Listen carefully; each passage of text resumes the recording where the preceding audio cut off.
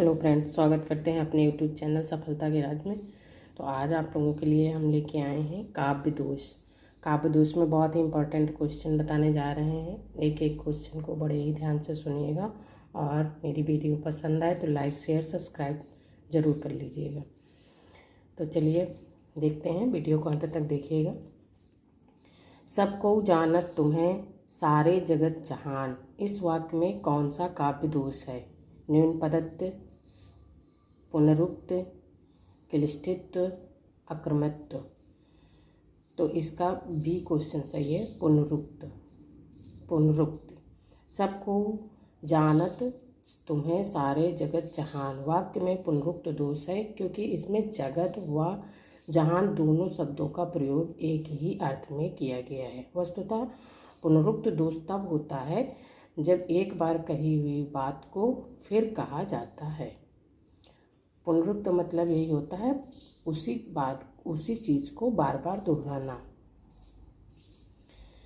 भामह के अनुसार काव्य में कितने दोष होते हैं?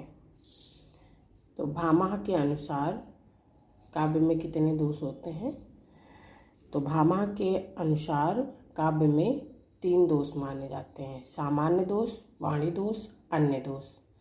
इस प्रकार भामह ने 3 प्रकार के कुल 26 काव्य दोष माना है। सर्वप्रथम भरत मुनि ने नाट्य शास्त्र में 17वें अध्याय में 10 काव्य दोषों का उल्लेख किया है।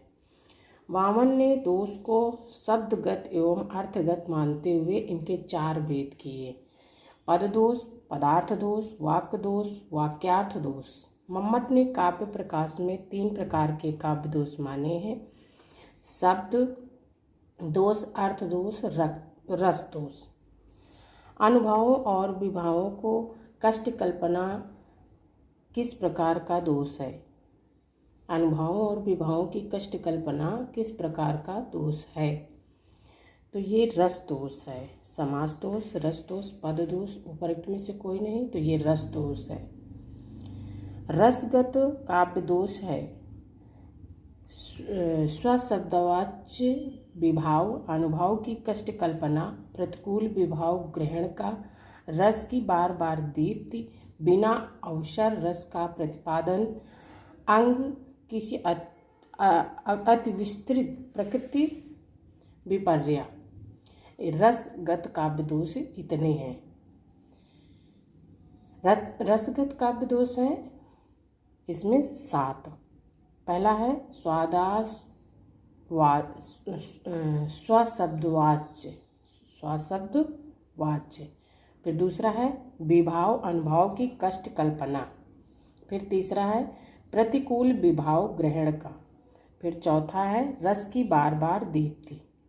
फिर है 5वां बिना अवसर रस का प्रतिपादन। फिर 6वां है अंग की अति विस्तृति और 7वां है प्रकृति विपर्य। लोक नियम की अवहेलना से कौन सा काव्य दोष होता है? लोक नियम की अवहेलना से कौन सा काव्य दोष होता है? दुष्कृमत्व, चित्त संस्क्रामत्व, अप्रयुक्त और ग्रामत्व। तो ये पहला होता है दुष्कृमत्व। फिर है योग हो अथवा गंवारू विषयों का अधिक वर्णन हो तो वहाँ पर ग्रामत्व दोष की स्थिति मानी जाती है। व्याकरण विरुद्ध प्रयोग किस दोष के अंतर्गत आते हैं? चित्त संस्कारत्व, प्रतिकूल वर्णत्व, ग्रामत्व, निरर्थकत्व। तो ये आते हैं चित्त संस्कारत्व। पांडवों की प्रतिमा समलेखो, अर्जुन भीम महामती देखो। इसमें काव्य का कौन सा दोष है? रस दोष है, शब्द दोष है, अर्थ दोष है, कोई भी नहीं। तो उपर्युक्त पंक्तियाँ केशवदास की रचना है, रामचंद्रिका से ली गई हैं। वह पंचवटी का वर्णन करते हुए उपर्युक्त पंक्तियों का उल्लेख करते हैं।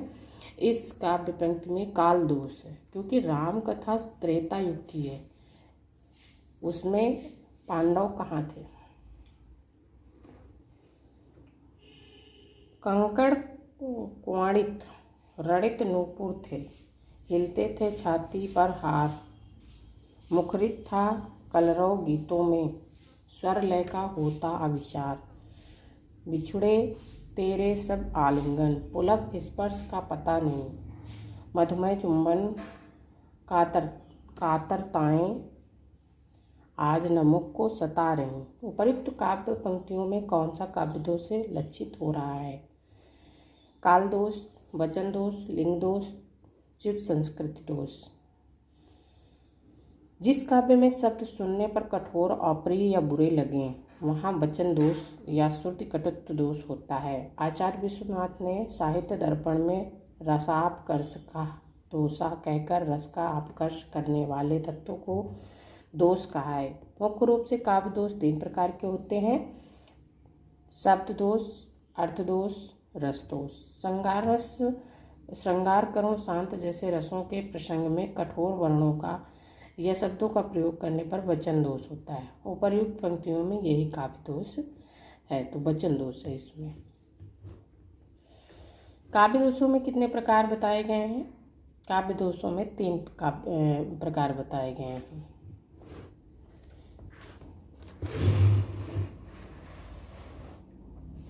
सबको जानत तुम्हें सारे जगत जहान में, काव्य का कौन सा दोष है? पुनरुक्त दोष। अश्लीलत्व दोष, ग्रामत्व दोष, शुष्कत्व दोष, तो पुनरुक्त दोष है। उपरोक्त पंक्ति में पुनरुक्त काव्य दोष है। यहाँ पर जगत और जहान दोनों का प्रयोग हुआ है, जबकि दोनों का अर्थ संसार ही होता है। तरु रिपु रिपु घर देख के बिरहीन ते अकुलाए में कौन सा काव्य दोष है? तो इसमें आपका क्लिष्टित्व दोष है। क्लिष्टित्व का अर्थ होता है कठिनाई। अर्थ को दुरूह बनाने वाले शाब्दिक चमत्कारों के प्रयोग से यह दोष काव्य में आ जाता है।